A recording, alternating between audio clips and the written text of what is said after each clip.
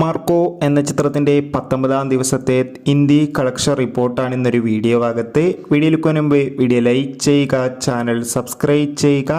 December മാസം OTT release ചെയ്ത ചിത്രങ്ങളും ജനുവരി മാസം ഇനി അങ്ങോട്ട് OTT റിലീസ് ചെയ്യാൻ പോകുന്ന ചിത്രങ്ങളുടെ വീഡിയോ നമ്മുടെ ചാനൽ ഭാഗം പരിശോധിച്ചാൽ നിങ്ങൾക്ക് കാണാൻ വേണ്ടി സാധിക്കുന്നതായിരിക്കും.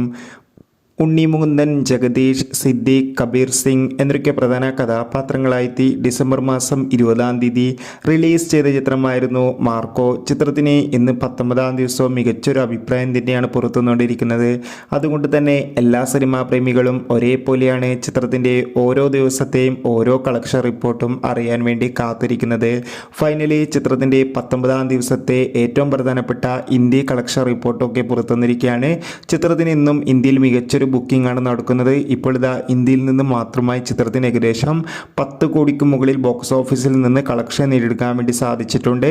ഇന്നും അത്യാവശ്യം ആവറേജ് ബുക്കിംഗ് നടക്കുന്നതുകൊണ്ട് തന്നെ ഇന്ത്യയിൽ നിന്ന് മാത്രം ചിത്രത്തിന് 50 ലക്ഷത്തിൻ്റെ അടുത്ത് വരെ കളക്ഷൻ നേടിയെടുക്കാൻ വേണ്ടി സാധിക്കും. കാത്തിരിക്കാം.